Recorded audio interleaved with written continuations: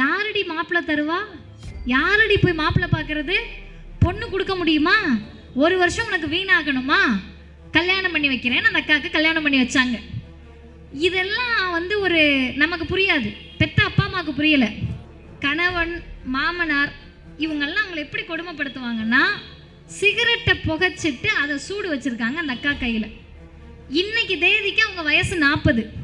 15 வயசில் அவங்க வீட்டில் இருக்க பொண்ணுங்களை மனசில் நினச்சிட்டு கேளுங்க. கல்யாணம் பண்ணி கொடுத்து டொமஸ்டிக் வைலன்ஸ், குடும்ப வன்முறை, கையெல்லாம் சூடு.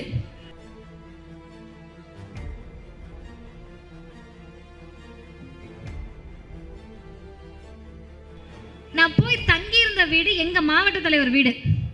அங்கே ஒரு அக்கா எனக்கு டீ போட்டுட்டு வந்து கொடுக்குறாங்க. நான் சும்மா அவங்க வீட்டில் இருக்க அக்கான்னு நினச்சிக்கிட்டேன்.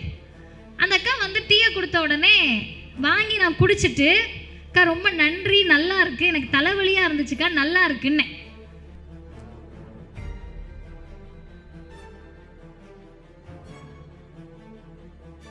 லட்சக்கணக்கான டீ போடுற, லட்சக்கணக்கான முறை தோசை ஊற்றிருக்க, கணக்கில் இல்லாத தோசை ஊற்றிருக்க. வாழ்நாள் முழுவதும் எங்கள் அம்மாமார்கள் சுட்ட தோசையை கணக்கில் எடுத்தோம்னாலே அது கோடி கணக்கில் இருக்கும். இத்தனை தோசையும் வாங்கி சாப்பிட்டுட்டு, டீயையும் குடிச்சிட்டு, காப்பியும் குடிச்சிட்டு, சனி ஞாயிறான கறி எடுத்து தின்னுட்டு எல்லாம் பண்ணி முடிச்சுட்டு நன்றி சொல்கிறதெல்லாம் விடுங்க. சும்மா தான் நான் இருக்கேன்றப்ப நமக்கு ஒரு சொரணை சுயமரியாதை வந்திருக்கணும் நியாயமா.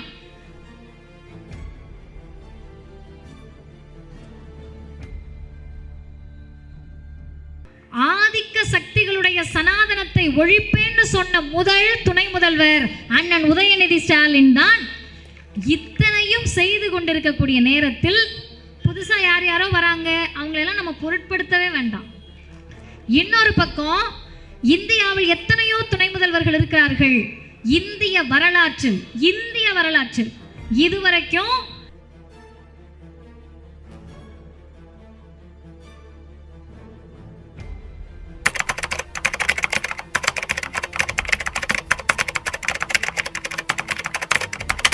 நம்ம RSS, பிஜேபி, சனாதனம், ஆரியம், பெண்ணுரிமை, சமூக நீதி, பகுத்தறிவுன்னு பேசிக்கிட்டு இருக்கோம். இன்னொரு பக்கம் வந்துகிட்டு புதுச்சேரியில போய் நின்னுகிட்டு திமுக அரசே என்று பேசக்கூடிய கோமாளிகளோடு நமக்கு சண்டை கிடையாது.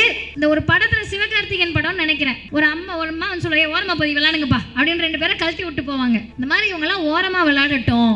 நம்ம சண்டை ஆரியத்தோடு, பார்ப்பனியத்தோடு, பிஜேபி என்ற ஆக்டோபஸ் கரத்தோடு, RSS என்ற அழிவு சித்தாந்தத்தோடு, அதை எதிர்த்து நடைபெறக்கூடிய இந்த சண்டையில் நேற்றைக்கு முதல்வர் பிஜேபிக்கு அச்சத்தை கொடுத்திருக்கிறார். அண்ணன் உதயநிதி ஸ்டாலின் அமித்ஷாவுக்கு அச்சத்தை கொடுத்திருக்கிறார். 1,30,000 இளைஞர்கள் அல்ல, 1,30,000 நிர்வாகிகளை காட்டி இந்த படை இருக்கிறது, வடக்கு மண்டலமும் திராவிட முன்னேற்ற கழகத்தின் கோட்டை என்பதை காட்டி இருக்கிறார்கள். இன்னைக்கு வரவங்க போறவங்க எல்லாம் கேள்வி கேட்கிறாங்கல்ல, திமுக என்ன செஞ்சுச்சுன்னு. திமுக என்ன செஞ்சுச்சுன்னா 1901ல பிரிட்டிஷ் எடுத்த சர்வேல படிச்சவங்க எத்தனை பேர், எழுத தெரிஞ்சவங்க எத்தனை பேர்னா 1% கீழே. சுதந்திர இந்தியாவில் படித்தவர்கள், எழுத தெரிந்தவர்கள் எத்தனை பேர்னா 15% கீழே. நம்மை விட அன்னைக்கு முன்னேறிய மாநிலமா பீகார் இருந்துச்சு. பீகாரை விட பஞ்சம் பட்டினியில தமிழ்நாடு இருந்துச்சு சுதந்திர இந்தியாவில். 75 ஆண்டு காலத்தில் திமுக என்ற இந்த கட்சி ஆரம்பித்து 50 ஆண்டு கால இந்த திராவிட ஆட்சியில் கலைஞர் என்ற முதல்வர் கொண்டு வந்த திட்டம், இன்றைக்கு முத்துவேல் கருணாநிதி ஸ்டாலின் என்ற முதலமைச்சர் அவருடைய சீரிய ஆட்சியில் கொண்டு வந்த திட்டத்தால் பஞ்சம் பட்டினியில் நம்பர் 1 இருந்த மாநிலம் இன்றைக்கு இந்தியாவில் கல்வியில் நம்பர் 1 என்ற இடத்தை எட்டி இருக்கிறோம். இது எப்படி நடக்கும்? ராயபுரத்தில் யாராவது சாமியார் நைட்டு முட்டைய மந்திரத்தை தேய்ச்சி விட்டான்னு வந்துருமா? ஒரு எலும்பு சம்பளத்தை உருட்டி விட்டா வந்துருமாக்கா? இல்ல ஏதாவது இங்க உட்கார்ந்து நைட்டு யாகம் நடத்தணும்னா வந்துருமா? யாகத்தால் வராது, மந்திரத்தால் வராது, முட்டனால வராது, எலும்பு சம்பளத்தால வராது. பெரியார், அண்ணா, கலைஞர் வகுத்த கொள்கையில் அப்படியே இருப்பேன் என்று சொல்லக்கூடிய முதல்வர் தளபதி ஸ்டாலின் அவர்களால் நடந்தது. கம்பு எடுத்துட்டு சண்டைக்கு வான்னு பிஜேபி அழைக்கிறது, மோடி அழைக்கிறார், அமித்ஷா வெளிப்படையாக அழைக்கிறார், மதக்கலவரம் பண்ண வாங்கன்னு கூப்பிடுறாங்க. இன்னொரு பக்கம் கம்ப்யூட்டரை தருகிறேன், டைடல் பார்க்கை தருகிறேன், ஆர்டிபிஷியல் இன்டெலிஜென்ஸை கற்றுக்கொள்ள தருகிறேன், நான் முதல்வன் திட்டத்தை தருகிறேன், உலக நாடுகளுக்கு கம்ப்யூட்டர் படித்து பரங்கள் என்று முதலமைச்சர் சொல்லுகிறார். திராவிட மாடல் சொல்லுகிறது. இருக்கின்ற இடத்தை காட்டி இங்கு கலவரம் வேண்டுமா கல்வி வேண்டுமா என்று கேட்டால் கல்வியின் பக்கம் நிற்கக்கூடியவர்கள் தமிழ்நாட்டு மக்கள். திருப்பரங்குன்றத்துல விளக்கேத்தணுமா, உங்க வீட்டுல அடுப்பெரியணுமான்னு கேட்டா எங்க வீட்டுல முதல் நல்லா அடுப்பெரியட்டும் அப்புறம் விளக்க பத்தி யோசிப்போன்னு சொல்லக்கூடியவர்கள் தமிழ்நாட்டில் அரசியல் புரிந்த தாய்மார்கள். ஒரு முறை மதக்கலவரம் ஒரு பகுதியில் நடந்துட்டா பெரு நிறுவனங்கள் அங்க வந்து இன்வெஸ்ட் பண்ண மாட்டாங்க. உங்க பிள்ளைங்களை மனசுல வச்சுட்டு கேளுங்க, குஜராத்தில் மதக்கலவரம் நடந்தால் பெரு நிறுவனங்கள் அங்க இன்வெஸ்ட்மெண்ட்டுக்கு வர தயாரா இருக்க மாட்டாங்க. தமிழ்நாட்டில் ஏன் பெரிய நிறுவனங்கள் உலக நிறுவனங்கள் வந்து தொழில் முதலீடு செய்யறாங்கன்னு சொன்னா தமிழ்நாடு அமைதி பூங்காவாக இருக்கின்ற வரைதான் நம்ம பிள்ளைகளுக்கு வேலை வாய்ப்பு. இந்த வேலை வாய்ப்பை கெடுக்கணும்னு பிஜேபி மோடி அரசு கெடுக்க நினைக்கிற போது ஒத்தாளா நின்னு ஒருத்தர் சண்டை போட்டுக்கிட்டு இருக்காரு. பதவியை காலி பண்ணுவோம் நாங்க, ஈடி அனுப்புவோம் நாங்க, தேர்தல் கமிஷனையே அவங்க இன்னைக்கு விலைக்கு வாங்கணும்னு சொன்னாலும் இந்த முதலமைச்சர் சொல்லுகிறார் பதவி பறிபோனாலும் பரவாயில்லை, நான் இருக்கின்ற வரை பிஜேபி கொண்டு வரக்கூடிய எந்த திட்டத்தையும் ஏற்றுக்கொள்ள முடியாது. எப்படிங்க பிஜேபியோட கூட்டணி வச்சவங்க தமிழ்நாட்டு மக்கள் அதிமுகவை இனிமே எப்படி ஏத்துப்பாங்க? உங்களுக்கு என்ற அடையாளம் இருக்கிறதா? அண்ணா திராவிட முன்னேற்ற கழகமாக இருந்த வரைக்கும் உங்களுக்கு அடையாளம் இருந்தது. அது அமித்ஷா திராவிட முன்னேற்ற கழகமாக மாறி 4 வருஷம் ஆயிடுச்சு. அமித்ஷாவையும் தமிழ்நாடு ஏற்றுக்கொள்ளாது. அமித்ஷா திராவிட முன்னேற்ற கழகமாக மாறி இருக்கக்கூடிய அதிமுகவையும் தமிழ்நாடு ஏற்றுக்கொள்ளாது. மதிவதனியாக நிற்கிறேன் என்று சொல்லுவதை விட திராவிடர் கழகத்தினுடைய பிரதிநிதியாக நிற்கிறேன். அதையெல்லாம் தாண்டி பெரியாரை படித்த பெண்ணாக நிற்கிறேன். இங்க இருக்கக்கூடிய தாய்மார்களுடைய பிரதிநிதியாக நான் நிற்கிறேன். இங்க இருக்கக்கூடிய எங்க அம்மா எங்க அக்கா படித்த பெண்கள், படித்து கொண்டிருக்கக்கூடிய பெண்கள், உங்கள் வீட்டில் இருக்கக்கூடிய பெண்களில் ஒருவராக தான் நான் இந்த இடத்தில் இருக்கிறேன். அதனால் சொல்லுகிறேன், மேடையில் என்னன்னாலும் பேசலாம், எங்களுக்கே அது சங்கடத்தை கொடுக்குதுன்னா ஒரே ஒரு காரணம் தான். இப்போ ராயபுரம்லையோ இல்லை இங்கே ஏதோ தெருவில் 2 அண்ணனுங்க சண்டை போடுறாங்கன்னு வச்சுக்கோங்கக்கா. யாரோ 2 அண்ணனுங்க, நம்ம வீட்டு அண்ணனா இருக்கலாம், எதிர்த்த வீட்டு அண்ணனா இருக்கலாம், எங்கள் வீட்டு அண்ணனா கூட இருக்கலாம். 2 ஆண்கள் சண்டை போட்டுட்டு இருப்பாங்க. உச்சபட்சமாக ஒரு ஆண் இன்னொரு ஆணை கொச்சைப்படுத்தணும்னு சொன்னால் அவங்க அம்மாவை சொல்லி தான் கொச்சைப்படுத்துவாங்க. இப்போ பெண்களுடைய உறுப்பை சொல்லி தான் நீ ஒருத்தரை கொச்சைப்படுத்தணும்னு சொன்னால் நாங்கள் அவ்வளவு கேவலமானவர்களா? பெண்களை தாழ்த்தி தான் நீ ஒரு ஆண் சண்டை போடணும்னா அந்த சொற்களை ஒழிப்போம்னு சொல்லுவது பெரியாரியல் மூலமாக நான் கற்ற பாடம், நாங்கள் கற்ற பாடம். அதனால் ஒருமையில் பேசுவதையோ அவசொற்களையோ பெண்களை குறிக்கக்கூடிய சொற்களையோ நான் ஆதரிப்பது கிடையாது. அதை முதலிலேயே நான் பதிவு செய்து விடுகிறேன். ஏன்னா யூடியூப் சேனலில் வந்திருக்க காரணமே அண்ணன் பேசின ஒரு வார்த்தையை போட்டு நான் அதுக்கு பதில் சொன்னனா இல்லையா? பிரச்சனை இங்கே எனக்கும் அவருக்கும் இல்லை. திமுகவா பிஜேபியா என்றால் திராவிட முன்னேற்ற கழகம் தான் வெல்ல வேண்டும் என்பதற்காக தான் இந்த பிரச்சாரம். 2வது விஷயம், பெண்களுக்கு எப்படி இருக்கணும் பெண் அப்படின்னு கேட்டால், இங்கே அம்மாமார்களை பார்க்குறேன், நமக்குள்ள ஒரு கூச்சம் இருக்கும். அப்படிதானம்மா? கேட்டால் டக்குன்னு பதில் சொல்ல மாட்டோம், சிரிப்போம், கூச்சப்படுவோம். ஆண்களுக்கு பதிலே தெரிலனாலும் தெரிஞ்ச மாதிரியே உட்காந்துருப்பாங்க. அதுதான் நமக்கும் அவங்களுக்கும் வித்தியாசம். அப்படிதானே தோழர்? படிச்சு பொண்ணுங்கள்லாம் இருக்கீங்க, அப்படிதானப்பா? நம்ம எப்படின்னு கேட்டால், கூட்டத்திலேருந்து ஒரு கேள்வி கேட்டால் உடனே நம்ம தயங்கணும்னு ஆண்கள் நினைப்பாங்க. அப்படிலாம் தயங்க முடியாது. ஆண்களுக்கு வீரம் இருக்குன்னு சொன்னால் பெண்ணுக்கும் அது இருக்கணும்னு சொன்ன தலைவர் அறிவுலக பேராசான் தந்தை பெரியார். அவரை படித்த காரணத்தினால் ஆண்மை என்று ஒன்று இருந்தால் அது ஆணுக்கானது மட்டும் கிடையாது, பெண்ணுக்கும் உண்டு என்ற தத்துவத்தின் மூலமாக வந்திருக்கிறேன். அந்த தத்துவத்தில் நின்று சொல்லுகிறேன், கருத்து இல்லைன்னா நம்ம ஒருமையில் பேசலாம். திராவிட முன்னேற்ற கழகத்தில் இருக்கக்கூடிய அளவிற்கு கருத்தியல் தெளிவு அதிமுகவுக்கு கிடையாது, பிஜேபிக்கு இல்லவே இல்லை. புதிதாக வரக்கூடிய கட்சி கிலோ எவ்வளவுன்னு கேட்பாங்க. அதனால் கருத்தியல் இல்லாதவர்கள் அவச்சொற்களை கையில் எடுக்கட்டும். நம்மிடத்தில் பேசி தீர்க்க முடியாத அளவிற்கு கொள்கை இருக்கிறது, அதை முன்னிலைப்படுத்தி பேசுவோம் என்ற உறுதியை சொல்லி தொடங்குகிறேன். அருமை, பாதி பேருக்கு புரியலையா நான் என்ன சொன்னேன்னு? எல்லாருக்கும் புரிஞ்சிச்சு. சரி, அருமை சகோதரர்களே, சகோதரிகளே, தோழர்களே, ராயபுரத்தில் இருக்கக்கூடிய மாற்று சிந்தனையாளர்கள் யாராவது நின்று இந்த நிகழ்ச்சியை கேட்கலாம். எதற்காக அண்ணன் உதயநிதி ஸ்டாலின் அவர்களுக்கு பிறந்த நாள் விழா? நவம்பர் 27 அவருடைய பிறந்த நாள் முடிஞ்சிருச்சு. நவம்பர் 27 முடிந்த நாளை ராயபுரம் பகுதியில் மட்டுமல்ல, மாவட்ட பொறுப்பாளராக அண்ணன் ஆர்டி சேகர் அவர்கள் அவருக்கு ஒதுக்கப்பட்டிருக்கக்கூடிய 3 தொகுதிகளிலும் டிசம்பர் இறுதி வரை நடத்துகிறார். அண்ணன் மட்டும்தான் நடத்துகிறாங்களான்னா இல்லை, தமிழ்நாடு முழுவதும் அண்ணன் உதயநிதியுடைய பிறந்த நாளை கொண்டாடுகிறார்கள்.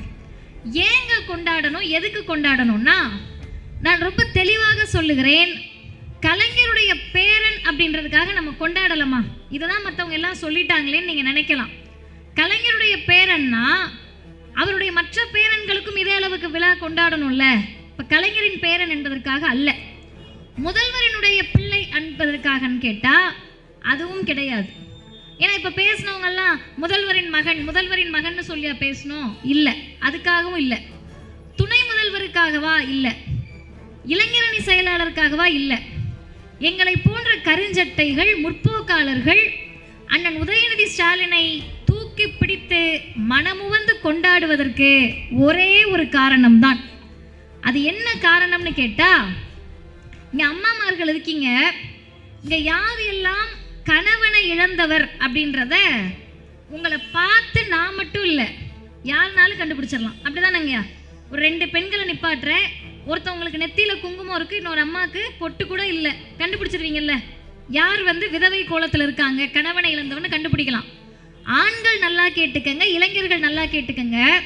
இந்த கூட்டத்தில் இருக்கக்கூடிய யாரோ ஒரு ஆண், நீங்கள் யாரை வேணால் சொல்லுங்கள், அவருக்கு கல்யாணம் ஆயிடுச்சா இல்லையான்னு கண்டுபிடிக்க முடியாது.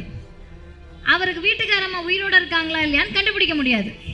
வீட்டம்மா இறந்த பிறகு அவர் 2வது கல்யாணம் பண்ணியிருக்காரான்னு கண்டுபிடிக்க முடியாது. இப்போ இது என்ன, என்னைக்காவது நம்ம யோசிச்சிருக்கோமாம்மா?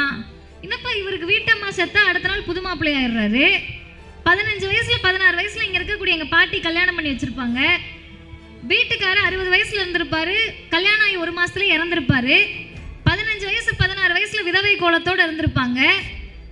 இவங்களுக்கு விதவை கோலம் 60 வயசுல மனைவி செத்தாலும் 61வது வயசுல ஒரு புது மாப்பிள்ளை.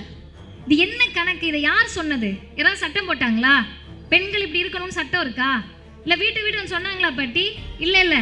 இப்போ யார் இதை உருவாக்குனதுன்னா, இதை உருவாக்கியதற்கு பெயர் சனாதனம். எங்கள் பெண்களை இழிவுபடுத்தக்கூடிய சனாதனத்தை ஒழிப்பேன் என்று சொன்னதால் அண்ணன் உதயநிதி ஸ்டாலினை தூக்கி பிடித்து கொண்டாடுகிறோம், உச்சி முகர்ந்து கொண்டாடுகிறோம். அதே நேரத்தில் இருக்கக்கூடியவர்களை நான் பார்க்கிறேன், அம்மா கருப்பு சேலை கட்டியிருக்காங்க, நான் கருப்பு சட்டை. எங்கள் 2 பேர்த்துக்கு இருக்க ஒரே வித்தியாசம், அவங்களுக்கும் எனக்கும் ஒரே ஒரு வித்தியாசம்தான். அவங்க சாமிக்காக கருப்பு சேலை கட்டியிருக்காங்க, நான் ஐயா ராமசாமி பெரியாருக்காக கருப்பு போட்டிருக்கேன். அவ்வளோதான் வித்தியாசம். ஏன் கருப்பு அம்மாவை உறுத்தாது, அம்மா போட்டிருக்க மாலையும் கருப்பு சேலை என்னை உறுத்தாது. இங்கே ஐயா ஒருத்தர் உட்கார்ந்துருக்காரு தலையில் தொப்பியோட, அவர் முஸ்லீமாக இருக்காரு, எப்படி தலையில் தொப்பி போடலான்னு இங்கே மாலை போட்டிருக்கேங்க அண்ணனுக்கு உறுத்துமாண்ணே? யாராவது தொப்பி போட்டிருக்க இஸ்லாமியரை பார்த்தா உங்களுக்கு ஏன்னு தோணுமா? தோணாது. ஏன்னு கேட்டிங்கன்னா, அவரவர் மதம் அவரவருக்கு. அவர் இஸ்லாமியராக இருக்கனால நமக்கு ஏதாவது பிரச்சனையா? அம்மா மாலை போட்டிருக்கனால எனக்கு ஏதாவது பிரச்சனையா? நான் சாமி கும்பிடாதனால உங்கள் வீட்டில் ஏதாவது பிரச்சனையா? இப்போ தமிழ்நாடு எப்படிப்பட்ட மாநிலம்னு கேட்டால், அவர் மதத்தால் எனக்கு பிரச்சனை கிடையாது, என் மதத்தால் அவருக்கு பிரச்சனை கிடையாது, எந்த மதத்தை ஏற்றுக்கிடலாம் பிரச்சனை கிடையாது. எங்களுக்கு தேவை கல்வியும் வாழ்வியலும் நல்ல வாழ்வும் தான் என்று புரிந்து கொண்ட மாநிலம் தமிழ்நாடு. அந்த தமிழ்நாட்டில் சனாதனத்தின் பெயரை சொல்லிக்கொண்டு மோடி வந்தாலும் சரி, மோடியின் தாத்தாவே வந்தாலும் சரி, உங்களை வீழ்த்துவேன் என்று கருப்பு உடையோடு அண்ணன் உதயநிதி ஸ்டாலின் நிற்கிறார். அதனால் அவரை கொண்டாடி தீர்க்கிறோம். இப்போ இன்னொன்று, மங்களகரமான நிறம்னா என்னம்மா? ஏன் அம்மாக்கள்கிட்ட கேட்குறேன்னா, அவங்களுக்கு ஐயாக்களுக்கு பிரச்சனை கிடையாது, அவங்க என்ன சட்டை போட்டாலும் நீங்கள் தான் துவைக்கணும். அவருக்கு கழட்டி போட்டுட்டு துவைச்சிட்டியான்னு கேட்குற வேலை தான் இருக்கும். அப்படி தானேம்மா? இல்லை எங்கள் அண்ணனுங்க யாராவது திருந்தி இருந்தீங்கன்னா வாழ்த்துக்கள். அப்படிலாம் கிடையாதுமா, நான் தான்மா என் துணியை துவைக்கிறேன்னா அது பெரிய சாதனைலாம் கிடையாது, இருந்தாலும் ஒரு வாழ்த்துக்களை வச்சுக்கோங்க. மங்களகரமான நிறம் என்னக்கா? மஞ்சளாக்கா? சரி, வேறக்கா? இப்படி வச்சுப்போமா, கருப்பு தவிர எல்லாம் இல்லை, சொல்லுங்க. ஆமாம், அருமை சகோதரர்களே, குறிப்பாக பெண்களே, நம்மை பொறுத்தவரை மங்களகரமான நிறம்னா மஞ்சள், பச்சை, எல்லாமே, கருப்பை தவிர எல்லாமே. அபசகுணமான நிறம்னா சும்மா சொல்லுங்க, வருத்தப்பட மாட்டேன், கருப்பு தான். ஐயா ஒரு நிமிஷம் இருங்க, நீங்கள் ரொம்ப நேரமாக பேசிக்கிட்டு இருக்கீங்க, நாளைக்கு கூட்டம் போட சொல்கிறேன், மேடையில் ஏறி பேசுங்க. அபசகுணமான நிறம் என்னன்னு கேட்டா கருப்பு தான். இந்த கருப்பை இப்போ நம்பிக்கை இருக்கு, எங்கள் அக்கா மாரும் எங்கள் அண்ணன் மாரும் வீட்டில் பொண்ணுக்கு கல்யாணம் இல்லை பிறந்த நாள்னு வச்சுக்கோங்க, பிள்ளை போயிட்டு ட்ரெஸ் எடுத்துகிட்டு வரும் சேலை. இன்னைக்கு கருப்பு கொஞ்சம் ஃபேஷனான நிறம் ஆயிடுச்சு. கல்யாணத்தில் கூட கொஞ்சம் பார்டரில் வரலாம், பொட்டு வச்ச மாதிரி இருக்கலாம் அப்படின்னு பிள்ளைங்க ஆசைப்படுது. வாங்கிட்டு வந்தோடனே நீங்கள் என்ன சொல்லுவீங்கன்னா, புள்ளி தான் இருக்கும் கருப்பில். ஐயோ கருப்பாடி நல்ல நாள் அதுமா கட்டுவேன், அடுத்த வாரம் கட்டிக்க சொல்லுவீங்கல்லம்மா, சிரிக்கிறீங்க. இது இயல்பு. தமிழ்நாடு மட்டுமல்ல, பெரும்பான்மை நம்பிக்கை கொண்ட பலருக்கு அது நம்பிக்கை. ஆனால் ஒன்று தெரிஞ்சுக்கங்க, காவிதான் எங்களுடைய நிறம் அப்படின்னு பிஜேபி டிக்ளேர் பண்ணுறாங்க. காவிதான் எங்கள் நிறம் அப்படின்னு ஆர்எஸ்எஸ் சொல்லுது. அதே காவியுடையோடு இங்கே இருக்க அண்ணனும் அந்த காவியும் ஒன்று கிடையாது. இந்த காவி இஸ்லாமியர்களை மாம மச்சானா நினைக்கும். பிஜேபி ஆர்எஸ்எஸ் சொல்லக்கூடிய காவி இஸ்லாமியர்கள் மாட்டுக்கறி வச்சிருந்தா வெட்டும். இந்த காவியும் அந்த காவியும் ஒன்று கிடையாது. இது இந்துவுடைய காவி, அது இந்துத்துவவாதியுடைய காவி. நாம் யார் பக்கம் நிற்கிறோம்னா இந்த அண்ணன் பக்கம் நிற்கிறோம். இப்போ என்ன சண்டைன்னு கேட்டிங்கன்னா, இந்த காவி இருள். காவி பார்க்க வெளிச்சமாக இருக்கும், ஆனால் அது இருள். அந்த இருள் தான் பெண்களை படிக்கக்கூடாதுன்னு சொல்லிச்சு. அந்த இருள் தான் பெண்களுக்கு சொத்துல உரிமை இல்லைன்னு சொல்லிச்சு. அந்த இருள் தான் பிற்படுத்தப்பட்ட, மிகவும் பிற்படுத்தப்பட்ட பட்டியலின உழைக்கக்கூடிய மீனவ சமூகத்தை சார்ந்தவர்கள் எல்லாம் படிக்கக்கூடாதுன்னு சொல்லிச்சு. அந்த காவி இருள் தான் நீலாம் படித்து என்ன கிழிக்க போறான்னு நம்மளை பார்த்து கேட்டுச்சு. அந்த காவி இருள் தான் பெண்கள் கணவனை இழந்தா விதவை கோலத்தில் இருன்னு சொல்லிச்சு. அந்த இருள் தான் இன்னைக்கு வந்து நம்மளை திரும்ப அப்பன் தொழிலை பார்க்க போன்னு சொல்லுது. அப்போ அந்த இருளை எதிர்த்து என்ன வேணும்? வெளிச்சம் வேணும். அது என்ன வெளிச்சமாக தமிழ்நாட்டில் இருக்கிறது என்று சொன்னால், 2000 ஆண்டு கால காவி இருளை நீக்கக்கூடிய வெளிச்சம் கருப்பாக தான் இந்த மண்ணில் இருக்கிறது. அந்த கருப்பு உடையை பிறந்த நாள் அன்னைக்கு கருப்பு போடலாமா தம்பி அப்படின்னு நீங்கள் வருத்தப்பட்டிருக்கலாம். நினச்சிங்களா? தலையாட்டுறீங்க. பிறந்த நாள் அப்பயே நம்ம புள்ள போய் கருப்பு போடும் அப்படின்னு அண்ணன் உதயநிதி நீங்கள் நினைத்திருக்கலாம். ஆனால் அது என்ன தெரியுமா செய்தி? அவர் போட்ட கருப்பு உடை என்ன தெரியுமா செய்தி? இந்தியா முழுவதும் பாசிச பிஜேபி அதனுடைய ஆட்சி கட்டிலில் அமர்ந்திருக்கலாம். இந்தியா முழுவதும் பாசிச காவி இருள் சூழ்ந்திருக்கலாம். கேரளா வரை தொட்டிருக்கலாம். தமிழ்நாட்டுக்குள் நீங்கள் காலூன்ற முடியாமல் தடுத்து இந்த கருப்பு நிற்கும் என்பதற்கான அடையாளம் தான் அண்ணன் உதயநிதி ஸ்டாலின் அவர்கள் அவருடைய பிறந்த நாள் அன்று அணிந்த கருப்பு உடை. சரிதானம்மா? இப்போ அண்ணன் போட்ட தப்பு இல்லைல்ல, அவருக்கு நீங்கள் பாராட்டு தெரிவிக்கலாம்ல, பிரச்சனை கிடையாது. அடுத்து அவர் சொல்லக்கூடிய செய்திகள் என்ன? ஒரு மனிதரை, இப்போ நாங்கள் இருக்கோம், அண்ணன் பேசினாங்க, இளைஞர்கள் நிறைய பேர் பின்னாடி உட்காந்துருக்கீங்க, சைடில் நிற்கிறீங்க. நீங்களாம் ஏன் அமைதியாக உட்காந்து கேட்குறீங்க தெரியுமா? நீங்கள் மட்டும் இல்லை, தமிழ்நாடு முழுவதும் இதை விட பெரிய கூட்டம் நடத்தினாலும் ஏன் திமுக கூட்டம் அமைதியாக நடக்குது? நேற்று 1,30,000 நிர்வாகிகள் வந்த ஒரு கூட்டம், யாரும் மேலே ஏறல, கம்பியில் ஏறல, யாரும் பெருசாக சண்டை போட்டு முட்டி மோதி வாகனத்துக்குள்ளே போய் சாகலை. ஏன் கட்டுக்கோப்பாக நடக்குதுன்னு கேட்டால், திமுக என்பதால், திராவிடத்தை ஏற்றுக்கொண்டதால், திராவிட சித்தாந்தத்தை ஏற்றுக்கொண்டதால் அப்படின்னு நம்ம 100% சொல்ல முடியாது. ஏன்னு கேட்டால், வந்த இளைஞர்கள் எல்லாரும் பெரியாரையும் அண்ணாவையும் கலைஞரையும் படிச்சுட்டு வந்தவங்களா தான் இருக்கணும்னு இல்லை. திமுக பிடித்து கலைஞர் பிடித்து கூட வந்திருக்கலாம். திமுகவை பிடிக்கும், முதல்வரை பிடிக்கும் கூட அந்த இளைஞர்கள் வந்திருக்கலாம். இருந்தாலும் ஏன் கட்டுக்கோப்பா நடக்குதுன்னா, நான் சொல்றது நல்லா கவனிச்சிங்கன்னா புரியும். வரக்கூடிய கூட்டம் முத்துவேல் கருணாநிதி ஸ்டாலின் என்ற முதலமைச்சரையோ, அண்ணன் உதயநிதி ஸ்டாலினையோ, பேசக்கூடிய எங்களையோ பார்க்க வந்த கூட்டம் அல்ல, கேட்க வந்த கூட்டம். எப்படி ஆடுவார் தெரியுமா படத்துல? எப்படி காமெடி பண்ணுவார் தெரியுமா? எப்படி எங்க அண்ணன் டூப்பு வச்சு ஸ்டண்ட் போட்டு அடிதடி பண்ணுவார் தெரியுமா? எங்க அண்ணன் டூப்பை வச்சு எப்படி மேலேருந்து கீழே குதிப்பார் தெரியுமா? எங்க அண்ணன் ஸ்டண்ட் போட்டு எப்படி ஹீரோயினை காப்பாற்றுவார் தெரியுமா? அவரை பார்க்க போறேன், அவரை பார்க்க போய் என் பிள்ளை செத்தாலும் பரவாயில்லைன்னு சொல்லக்கூடியவர்கள் இங்கே இல்லை. அவங்க யாரா இருந்தாலும் சரி, சொல்லக்கூடிய கருத்து சரியா தவறா என்று கேட்க வந்த கூட்டம்தான் ராயபுரம் பகுதியில் அமர்ந்து கேட்டுக்கொண்டிருக்கிறார்கள். இந்த கூட்டத்திற்கு தலைமை தாங்கக்கூடியவராக இன்றைக்கு முத்துவேல் கருணாநிதி ஸ்டாலின் என்ற முதலமைச்சர் இருக்கிறார். இந்தியாவில் நம்பர் 1 முதலமைச்சர்னு திமுக காரங்க சொல்லல. அண்ணன் ஆர் டி சேகர் அவர்களோ அண்ணன் இளையருணா அவர்களோ இங்க பாருங்க எங்க முதல்வர் தான் நம்பர் 1ன்னு அவங்க பேட்ச் அடிக்கல, அவங்க பேனர் போடல. அண்ணன் ஐட்ரி மூர்த்தி அவர்கள் ராயபுரத்தில் வந்து எங்கள் முதலமைச்சர் நம்பர் 1 முதலமைச்சர்னு அவர் ஃப்ளெக்ஸ் வைக்கல. சொன்னது யார் தெரியுமா?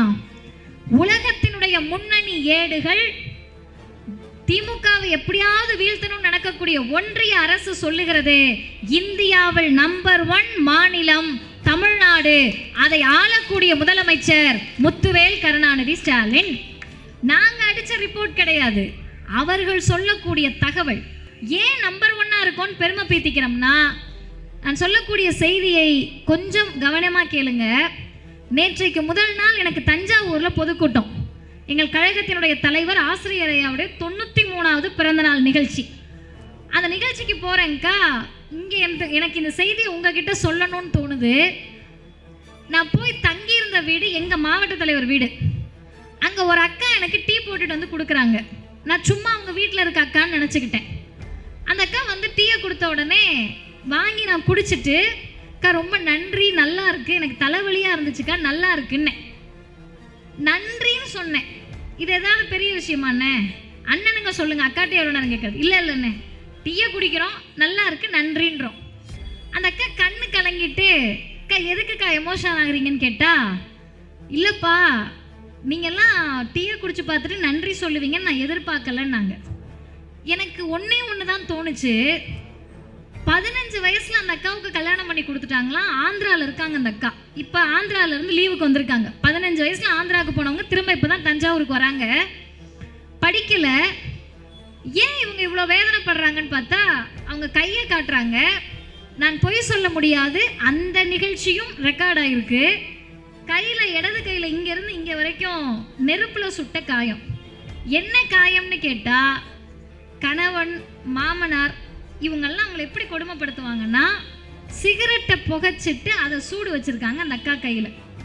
இன்னைக்கு தேதிக்கு அவங்க வயசு 40. 15 வயசில் அவங்க வீட்டில் இருக்க பொண்ணுங்களை மனசில் நினச்சிட்டு கேளுங்க. கல்யாணம் பண்ணி கொடுத்து டொமஸ்டிக் வைலன்ஸ், குடும்ப வன்முறை, கையெல்லாம் சூடு.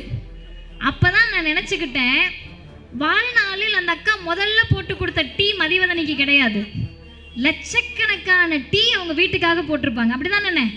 காலையில் ஒரு டீ, ராத்திரி ஒரு டீ, திடீர்னு நைட்டு அரசியல் பேசுனீங்கன்னா அப்போ டீ கொண்டு வந்து கொடுக்கணும். அப்படிதான் காப்பி கொடுக்கணும். கொடுக்கறதெல்லாம் எங்கள் அம்மா மாதிரி, எங்கள் அக்கா மாதிரி, என் தங்கச்சி மாதிரி எல்லாம் டீயை கொடுத்த பிறகு குடிச்சிட்டு சக்கரை பத்தலைன்னா ஏன்டி சக்கரை போடலைன்னு கேட்பாங்க. சக்கரை அதிகமாக இருந்தால் பாயாசமாக போட்டிருக்கேன்னு கேட்பாங்க. நல்லா இருந்தா வாழ்க்கையில் ஒரு முறை கூட நல்லா இருக்குமான்னு சொன்ன ஆண்களை நீங்கள் பார்த்துருப்பீங்களான்னு எனக்கு தெரில. பார்த்துருக்கீங்களா? இல்லை. பார்த்துருந்தா மகிழ்ச்சி. இப்போ நான் யோசித்தேன், மதிவதனி நன்றி சொன்னது அந்த அக்காவுக்கு செய்தி இல்லை. லட்சக்கணக்கான முறை டீ போட்டு கொடுத்துருக்கேன். அதற்கெல்லாம் கிடைத்த பரிசு குடும்ப வன்முறை. முதல் முறையாக நம்ம டீக்கு ஒரு பிள்ளை நன்றி சொல்லுதுன்னு அந்த அக்காவினுடைய ஆனந்த கண்ணீர். அதுவும் செய்தி கிடையாது. அந்த அக்காவுடைய கண்ணீரை தமிழ்நாட்டு பெண்ணாக அந்த அக்கா தமிழ்நாட்டில் இருந்திருந்தாங்கன்னா அந்த கண்ணீரை ஒருத்தர் மட்டும் தான் துடைக்க முடியும். யார் தெரியுமா? லட்சக்கணக்கான டீ போடுற, லட்சக்கணக்கான முறை தோசை ஊற்றிருக்க, கணக்கில் இல்லாத தோசை ஊற்றிருக்க, வாழ்நாள் முழுவதும் எங்கள் அம்மாமார்கள் சுட்ட தோசையை கணக்கில் எடுத்தோம்னாலே அது கோடி கணக்கில் இருக்கும். இத்தனை தோசையும் வாங்கி சாப்பிட்டுட்டு, டீயையும் குடிச்சிட்டு, காப்பியும் குடிச்சிட்டு, சனி ஞாயிறான கறி எடுத்து தின்னுட்டு எல்லாம் பண்ணி முடிச்சுட்டு நன்றி சொல்கிறதெல்லாம் விடுங்க, சும்மா தான் நான் இருக்கேன்றப்ப நமக்கு ஒரு சொரணை வந்து சுயமரியாதை வந்திருக்கணும் நியாயமாக. ஆனால் நமக்கு சுயமரியாதை உணர்வே வராத அளவுக்கு இந்த சமூகம் நம்மை வைத்திருந்த போது நீங்கள் செய்த அத்துணை உழைப்புக்கும் உங்கள் சகோதரனாக நான் நன்றி சொல்லுகிறேன் என்று மாதம் 1000 ரூபாய் கலைஞர் மகளிர் உரிமை தொகையை தந்தவர் தமிழ்நாட்டினுடைய முதலமைச்சர். யாருங்க யோசிச்சா? நான் அந்த அக்காவோட கையை பார்த்துட்டு நினைச்சேன், இன்னொரு செய்தி, ஏங்கா 15 வயசுல கல்யாணம் பண்ணி கொடுத்தாங்கன்னு கேட்டேன். ஏன்னா எனக்கு பிள்ளைங்களை எப்பயோ நீங்க சின்ன வயசுல கல்யாணம் பண்ணி கொடுத்தனா ஏத்துக்கலாம். இப்போ உங்களுக்கு 40 வயசுனா ஒரு 25 வருஷத்துக்கு முன்னாடி எதுக்கா கல்யாணம் பண்ணி கொடுத்தாங்க? அதான் ஆந்திராவில் போய் கல்யாணம் பண்ணியிருக்கீங்களே, அங்கே தான் இருந்தீங்களான்னு கேட்டால் ஆமாம் 10வது ஃபெயில் ஆகிட்டேன்னாங்க. இங்கே நிறைய பேர் எங்கள் அப்பா வயசில் இருக்கவங்க, என் தாத்தா வயசில் இருக்கவங்கெல்லாம் ஃபெயில் ஆகிட்ட பிறகு ஸ்கூல் பக்கம் போயிருக்க மாட்டாங்க. அப்படி தானே? ஒரு முறை ஃபெயில் ஆகிட்டா ஸ்கூல் பக்கம் போயிருக்க மாட்டோம். ஏன் என்னோட சித்தி ஒருத்தவங்க இருக்காங்க, அவங்க ஸ்கூல் போகல. ஆனால் எங்கள் குடும்பத்தில் பாதி பேர் நல்லா படித்தவங்க. எங்கள் அம்மா ஓய்வு பெற்ற தலைமை ஆசிரியர். ஏன் இவங்கெல்லாம் படித்தாங்க, நீங்கள் மட்டும் ஏன் சித்தி படிக்கலன்னு கேட்டால் அவங்க சொன்ன காரணம், உங்களோட பிள்ளையாக இருந்து நான் சொல்கிறேன், 4வது ஃபெயில் ஆகிட்டாங்கண்ணே. 4வது ஃபெயில் ஆகிட்டு திரும்ப என்ன படிக்கணும்? அப்போ 4வதே படிக்கணும். போய் 4வதுல உட்காடுறாங்க.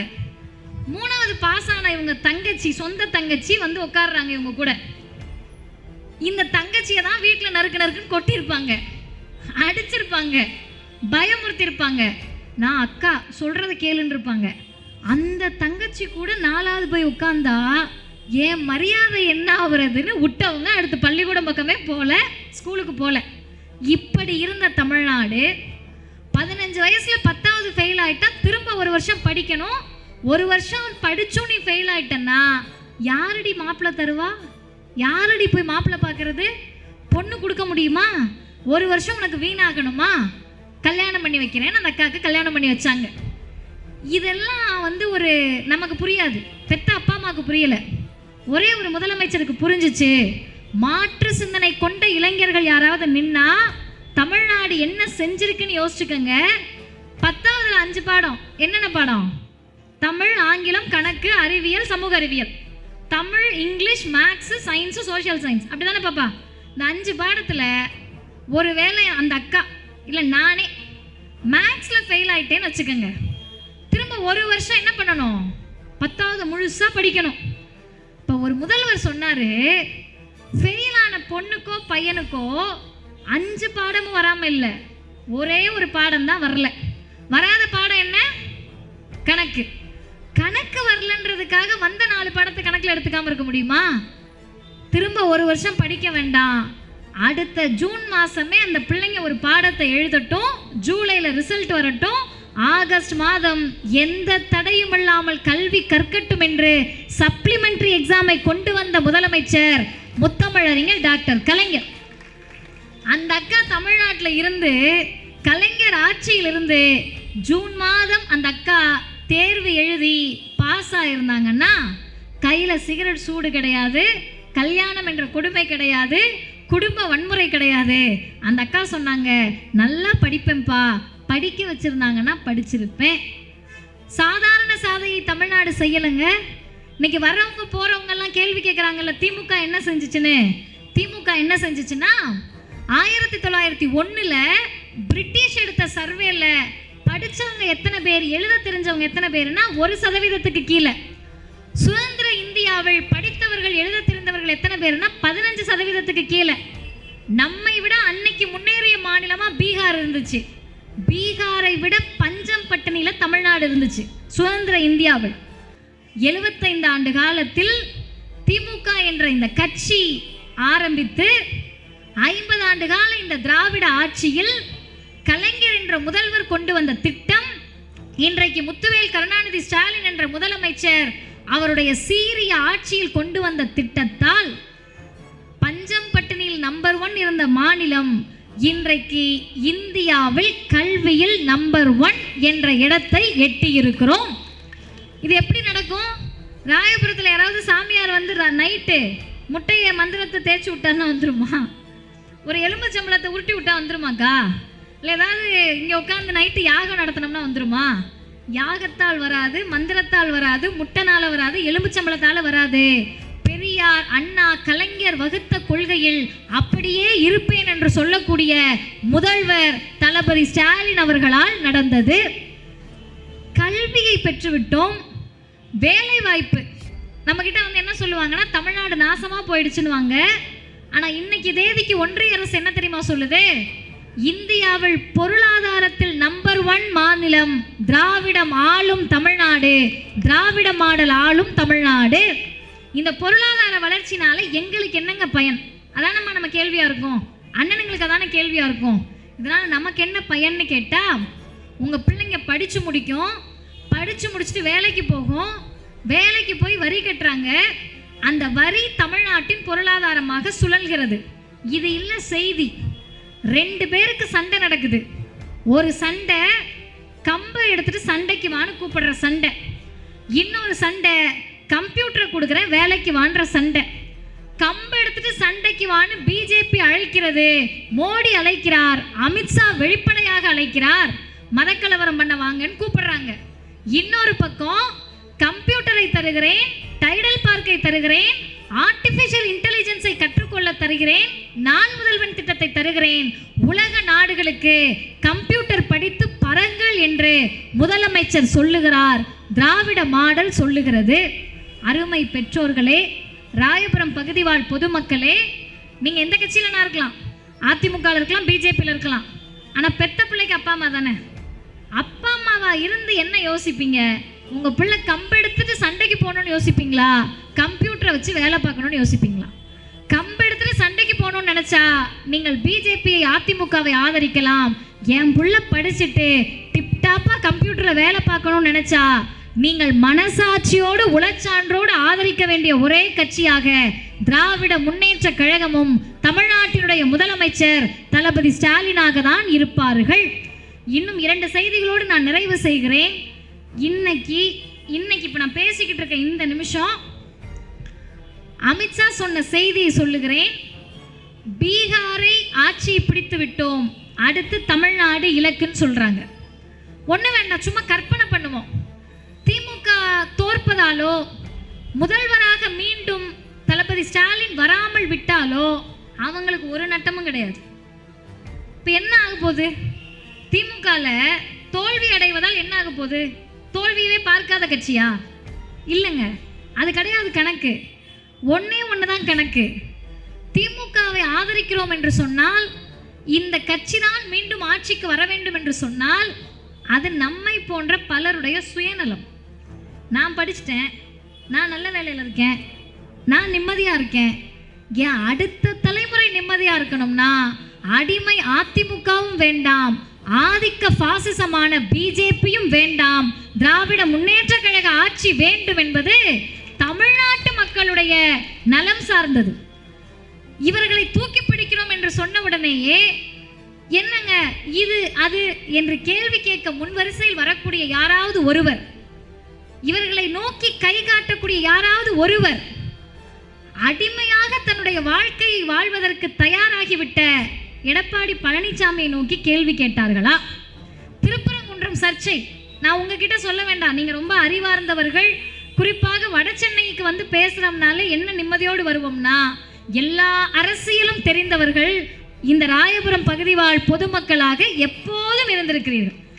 ஏன் கேட்டா, நான் திருப்பரங்குன்றத்தை பத்தி அண்ணன் இளையராஜா பேசுறப்ப சும்மா திருப்பரங்குன்றம்னு சொல்லிட்டு போறாரு. ஏன்னா நேற்றுக்கு நான் ஒரு ஊர்ல ஒரு கூட்டம் பேசினேன், எந்த ஊர்னு சொல்லலை. அங்கிருந்தவங்கள்ட்ட கேட்டால் பல பேத்துக்கு தெரில. ஆனால் முன்வரிசையில் உட்காந்துக்கிட்டு மாலை போட்டிருக்க அம்மா தெரியும் தெரியும்னு தலையாட்டினாங்க. அந்த அளவிற்கு அரசியல் புரிதல் இருக்கக்கூடியவர்கள் இந்த பகுதி மக்கள். நீங்கள் யோசிங்க, இப்போ எனக்கு முன்னாடி பேசினவங்கெல்லாம் திட்டமாக பட்டியலிட்டாங்க. அண்ணன் சொன்னார் கலைஞர் என்னெல்லாம் செஞ்சாருன்னாரு.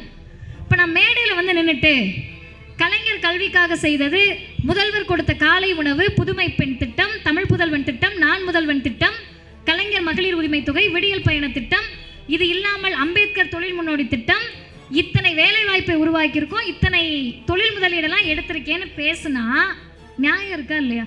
நியாயம் இருக்கு.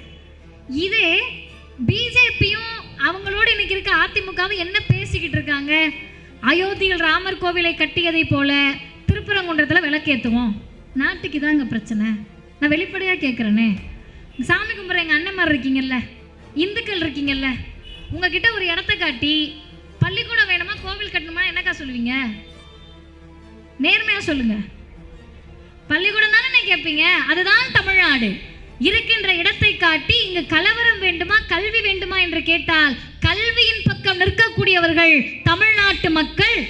திருப்பரங்குன்றத்தில் விளக்கேற்றணுமா, உங்க வீட்டில் அடுப்பெரியணுமான்னு கேட்டா எங்க வீட்டில் முதல் நல்லா அடுப்பெரியட்டும், அப்புறம் விளக்க பத்தி யோசிப்போன்னு சொல்லக்கூடியவர்கள் தமிழ்நாட்டில் அரசியல் புரிந்த தாய்மார்கள். ஆமாவா இல்லையா? இன்னைக்கு அதை வச்சு அரசியல் பண்றேன்ட்டு வந்தா நம்ம ஒரே ஒரு கேள்விதான் கேட்கிறோம்.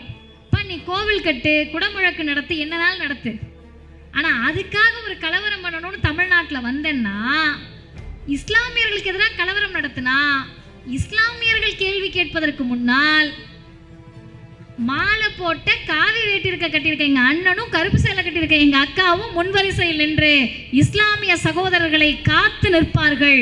அதுதான் தமிழ்நாட்டினுடைய மதச்சார்பற்ற தன்மை. இந்த மதச்சார்பற்ற தன்மையை குழி தோண்டி புதைப்பதால் பிஜேபி என்ன சாதிக்க நினைக்குது? என்ன தெரியுமா சாதிக்க நினைக்குது?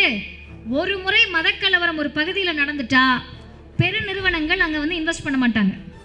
உங்க பிள்ளைங்களை மனசுல வச்சுட்டு கேளுங்க, குஜராத்தில் மதக்கலவரம் நடந்தால் பெரிய நிறுவனங்கள் அங்கே இன்வெஸ்ட்மெண்ட்டுக்கு வர தயாராக இருக்க மாட்டாங்க.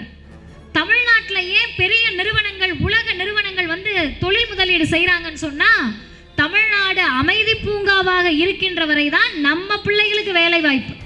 இந்த வேலை வாய்ப்பை கெடுக்கணும்னு பிஜேபி மோடி அரசு கெடுக்க நினைக்கிற போது ஒத்தாளான்னு ஒருத்தர் சண்டை போட்டுக்கிட்டு இருக்காரு. பதவியை காலி பண்ணுவோன்னாங்க, ஈடி அனுப்புவோன்னாங்க, தேர்தல் கமிஷனையே அவங்க இன்னைக்கு விலைக்கு வாங்கணும்னு சொன்னாலும் இந்த முதலமைச்சர் சொல்லுகிறார், பதவி பறிபோனாலும் பரவாயில்லை, நான் இருக்கின்ற வரை பிஜேபி கொண்டு வரக்கூடிய எந்த திட்டத்தையும் ஏற்றுக்கொள்ள முடியாது.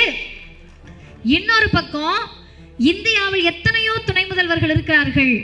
இந்திய வரலாற்றில் இதுவரைக்கும் ஆதிக்க சக்திகளுடைய சனாதனத்தை ஒழிப்பேன்னு சொன்ன முதல் துணை முதல்வர் அண்ணன் உதயநிதி ஸ்டாலின் தான். இத்தனையும் செய்து கொண்டிருக்கக்கூடிய நேரத்தில் புதுசா யாரோ வராங்க, அவங்களெல்லாம் நம்ம பொருட்படுத்தவே வேண்டாம். நான் ரொம்ப வெளிப்படையா சொல்றேன். ஏன் தெரியுமா? நம்ம போட்டுக்கிட்டு இருக்க சண்டை பெரிய சண்டைன்னு நம்ம காமெடி பண்ணிட்டு இருக்கல. 100 வருஷ போராட்டம் இது. இங்க நாங்க நின்று பேசுறோம், மேடையில் ஏறினா 100 வருட போராட்டம். நடைபெற இருக்கக்கூடிய 2026 சட்டமன்ற தேர்தல் ஆரிய திராவிட போர். அந்த போரில் திராவிடம் தான் மீண்டும் வெல்ல வேண்டும் என்பது 2 கட்சிக்கான சண்டை கிடையாது. திமுகவா அதிமுகவா? இன்னைக்கு கூட சொல்லியிருக்காரு முன்னாள் சட்டமன்ற உறுப்பினர், ராயபுரத்திற்காக என்ன செஞ்சாரு நான் உங்களுக்கே விட்டுறேன். அவர் இன்னைக்கு சொல்லியிருக்காரு, திரும்ப நீங்க எல்லாம் வந்து எனக்கு ஆதரவு தெரிவிப்பீங்கன்னு. பிஜேபினால தான் தோத்தோன்னு சொன்னாரு. திரும்ப இன்னைக்கு பிஜேபியோட கரம் கோர்த்து கொண்டு நான் ஜெயிப்பேன்னு சொன்னா ஒரே ஒரு செய்தி தான். ராயபுரம் மக்கள், ராயபுரம் பகுதியில் வாழக்கூடிய மக்கள் தெளிவோடு இருக்கிறார்கள். மீண்டும் இங்கே திராவிட முன்னேற்ற கழகம் தான் வெல்லும் என்பதில் மக்கள் தெளிவாக இருக்கிறார்கள். எப்படிங்க பிஜேபியோட கூட்டணி வச்சவங்களை தமிழ்நாட்டு மக்கள் அதிமுகவை இனிமே எப்படி ஏத்துப்பாங்க? உங்களுக்கு என்ற அடையாளம் இருக்கிறதா? அண்ணா திராவிட முன்னேற்ற கழகமாக இருந்த வரைக்கும் உங்களுக்கு அடையாளம் இருந்தது. அது அமித்ஷா திராவிட முன்னேற்ற கழகமாக மாறி 4 வருஷம் ஆயிடுச்சு. அமித்ஷாவையும் தமிழ்நாடு ஏற்றுக்கொள்ளாது. அமித்ஷா திராவிட முன்னேற்ற கழகமாக மாறி இருக்கக்கூடிய அதிமுகவையும் தமிழ்நாடு ஏற்றுக்கொள்ளாது. இந்த சண்டையில நம்ம ஆர்எஸ்எஸ், பிஜேபி, சனாதனம், ஆரியம், பெண்ணுரிமை, சமூக நீதி, பகுத்தறிவுன்னு பேசிக்கிட்டு இருக்கோம். இன்னொரு பக்கம் வந்துகிட்டு புதுச்சேரியில போய் நின்னுகிட்டு திமுக அரசே என்று பேசக்கூடிய கோமாளிகளோடு நமக்கு சண்டை கிடையாது. இந்த ஒரு படத்துல சிவகார்த்திகேயன் படம் நினைக்கிறேன், ஒரு அம்மா சொல்ல, ஓரமா போய் விளையாடுங்கப்பா அப்படின்னு 2 பேரை கழட்டி விட்டு போவாங்க. இந்த மாதிரி இவங்கெல்லாம் ஓரமா விளையாடட்டும். நம்ம சண்டை ஆரியத்தோடு, பார்ப்பனியத்தோடு, பிஜேபி என்ற ஆக்டோபஸ் கரத்தோடு, ஆர்எஸ்எஸ் என்ற அழிவு சித்தாந்தத்தோடு, அதை எதிர்த்து நடைபெறக்கூடிய இந்த சண்டையில் நேற்றைக்கு முதல்வர் பிஜேபிக்கு அச்சத்தை கொடுத்திருக்கிறார். அண்ணன் உதயநிதி ஸ்டாலின் அமித்ஷாவுக்கு அச்சத்தை கொடுத்திருக்கிறார். 1,30,000 இளைஞர்கள் அல்ல, 1,30,000 நிர்வாகிகளை காட்டி இந்த படை இருக்கிறது, வடக்கு மண்டலமும் திராவிட முன்னேற்ற கழகத்தின் கோட்டை என்பதை காட்டி இருக்கிறார்கள். சுயநலத்தோடு சொல்லி முடிக்கிறேன். எங்கள் கழக தலைவர் ஆசிரியர் சொன்னார், அடுத்த தேர்தலில் 2026 சட்டமன்ற தேர்தலில் திமுக வெல்லும், திமுக கூட்டணி வெல்லும், திராவிட மாடல் 2.0 ஆட்சிக்கு வரும். அவர்களுக்காக அல்ல, நமக்காக, நம் பிள்ளைகளுக்காக. அந்த சித்தாந்தத்தை தூக்கி பிடிக்கக்கூடிய துணை முதல்வர் அண்ணன் உதயநிதி ஸ்டாலின் அவர்களை கொண்டாடுவோம், கொண்டாடி தீர்ப்போம் என்று சொல்லி முடிக்கிறேன். வாய்ப்புக்கு நன்றி, வணக்கம்.